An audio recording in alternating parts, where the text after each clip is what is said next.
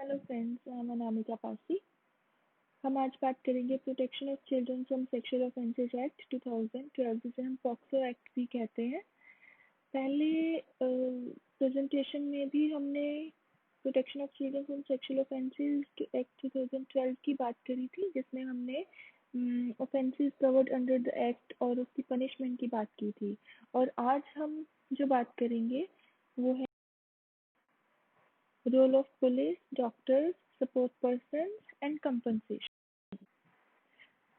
Now I'll talk about the role of procedure for reporting of cases.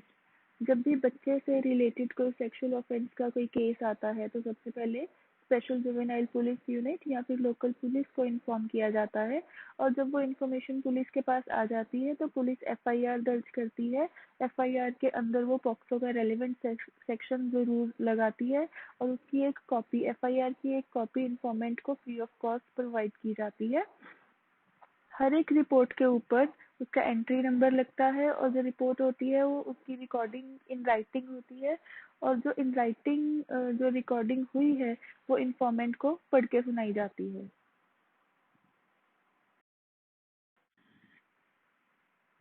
Procedure for reporting of cases. जिस police officer को बच्चे से related abuse की information receive हुई है उसका नाम, उसका डेजिग्नेशन, उसका एड्रेस, टेलीफोन नंबर डिस्क्लोज किया जाता है। और जो पुलिस ऑफिसर इंफॉर्मेशन रिसीव कर रहा है और जो पुलिस ऑफिसर उसको सुपरवाइज कर रहा है उस पुलिस ऑफिसर का नाम, उसका डेजिग्नेशन, उसका कांटेक्ट नंबर, ये इंफॉर्मेशन जो है वो इंफॉर्मेंट को डिस्क्लोज की जाती है। जब पुलिस के पास केस आता है तो उसके 24 आवर्स के अंदर अंदर पुलिस को बच्चे को जो है मेडिकल केयर प्रोवाइड करनी ज़रूरी होती है। और उसके बाद वो बच्चे को या फिर उसके पेरेंट्स या गार्डियंस को सपोर्ट सर्विसेज के बारे में इंफॉर्म करता है। इन केसेस में लीगल एडवाइस की ज़रूरत होती है तो उनके जो राइट टू लीगल एडवाइस है इसकी इंफॉर्मेशन जो है पुलिस वो बच्चे को या उसके पेरेंट्स या गार्डियंस को देती है।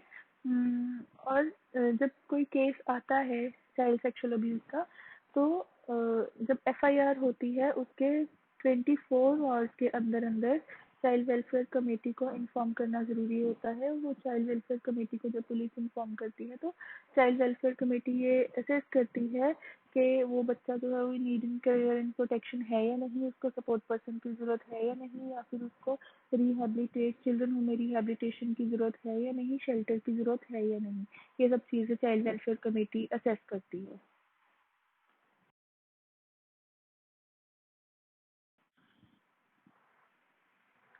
Procedure for recording of cases.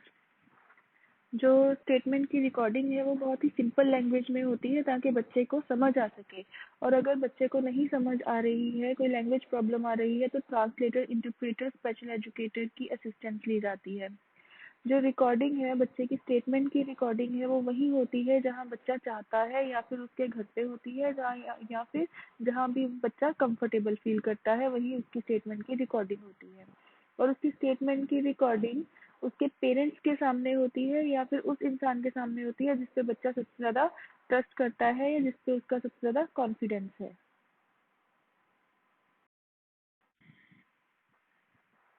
Procedure for recording of statement of the child. जब पुलिस ऑफिसर बच्चे की स्टेटमेंट लेता है तो उसको पुलिस यूनिफॉर्म में नहीं होना चाहिए, क्योंकि अगर वो पुलिस यूनिफॉर्म में होता है तो बच्चा या तो फिर नर्वस हो जाएगा या फिर वो घबरा जाएगा और वो अपनी स्टेटमेंट सही ढंग से नहीं दे पाएगा। नेक्स्ट है कि जब पुलिस ऑफिसर स्टेटमेंट ले रहा है बच्चे की या ड्यूरिंग होल इन्वेस्टिगेशन, जो एक्यूज्ड है और ये जो विक्टिम है, जो बच्चा है, उनका आमना सामना नहीं होना चाहिए। बच्चे को होल नाइट पुलिस स्टेशन में नहीं रखा जा सकता। जो बच्चे की आइडेंटिटी है वो मीडिया से प्रोटेक्ट करनी पड़ती है, जैसे कि बच्चे का नाम, उसका एड्रेस, उसका photograph, family detail, school, neighbourhood, ये सब जो है मीडिया में डिस्क्लोज नहीं किया जाता। और जहाँ तक पॉसिबल होता है बच्चे की जो रिकॉर्डिंग होती है, स्टेटमेंट की रिकॉर्डिंग होती है, वो police audio video electronic means द्वारा भी रिकॉर्ड करती है।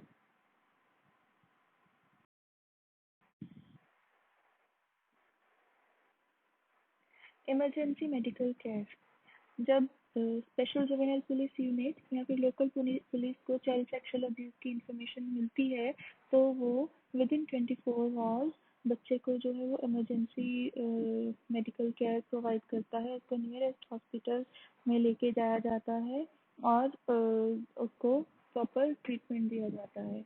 उसके बाद जो उसकी प्राइवेसी होती है ड्यूरिंग मेडिकल एग्जामिनेशन, जो उसकी प्राइवेसी होती है वो प्रोटेक्ट की जाती है उसके पेरेंट्स के सामने या फिर उसके जिसके ऊपर बच्चा बहुत ज़्यादा ट्रस्ट करता है उसके सामने बच्चे का मेडिकल एग्जामिनेशन होता है।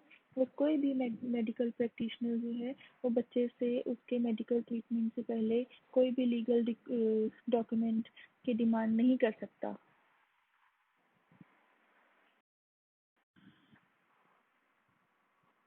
Medical examination of the child.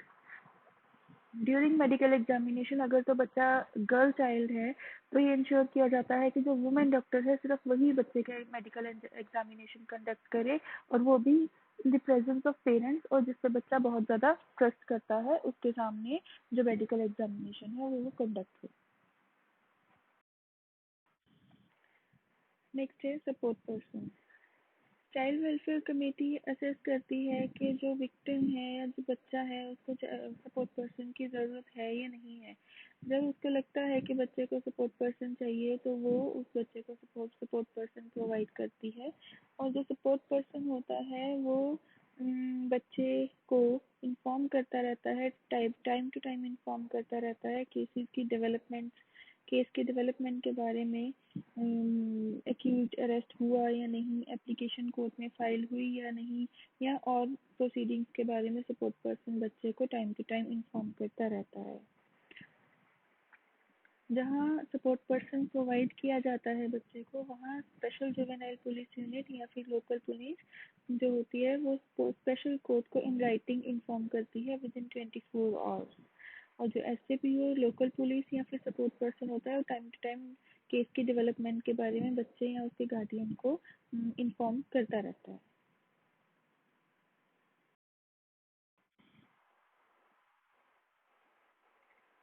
अब हम बात करेंगे कंपनसेशन की। चाइल्ड सेक्सुअल अब्यूज के केसेस में बच्चे को कंपनसेशन दी जाती है। स्पेशल कोर्ट जो है वो कंपनसेशन के ऑर्डर करती है और रिस्पेक्टेड स्पेशल कोर्ट के ऑर्डर आने के 30 डेज के अंदर अंदर जो स्टेट गवर्नमेंट है वो बच्चे को कंपनसेशन प्रोवाइड कर देती है। कई बार केसेस की या अब्यूज़ की सेवेरिटी बहुत ज़्यादा होती है।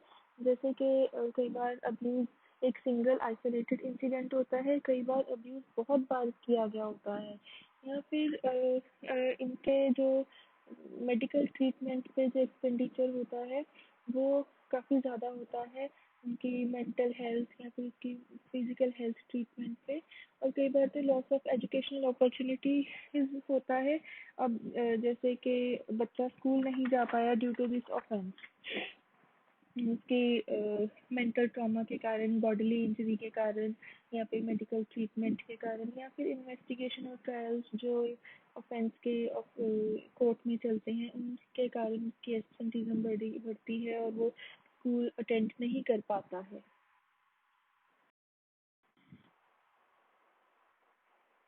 कई बार जो बच्चे के साथ अब्यूज़ करता है वो बच्चे का फैमिली मेम्बर ही होता है और कई बार वो अनजान व्यक्ति भी होता है। और कुछ और फैक्टर्स का को देखा जाता है कंपनसेशन देते हुए, जैसे whether child became pregnant, whether child contracted sexual transmitted disease, whether child contracted HIV, or any disability suffered by the child due to this offense, और financial condition of the child के जैसे अगर बच्चे को आगे शेल्टर की ज़रूरत है तो उसको शेल्टर प्रोवाइड की जाती है। So, special court may pass an order for interim compensation to meet the immediate needs of the child for relief or rehabilitation at any stage after registering of FIR. Monitoring and awareness. ये जो act है POCSO act 2012, इसकी जो monitoring authority है वो है national commission for protection of child rights, जो इस एक्ट को मॉनिटर करती है। और जो स्टेट गवर्नमेंट है उसकी ये ड्यूटी है कि वो इस एक्ट की अवेयरनेस दे लोगों को। और स्टेट और सेंट्रल गवर्नमेंट की ये ड्यूटी बनती है कि जो इससे इसके रिलेटेड जो ऑफिसर्स काम करते हैं या फिर और कंसर्न पर्सन्स हैं उनको ट्रेनिंग प्रोवाइड की जाए पॉक्सो एक्ट के related. Now I hope you found this video informative. If you have any queries or suggestions, please write in the comment box. Thanks. And if you find this video informative, please like and subscribe my channel. Thanks a lot.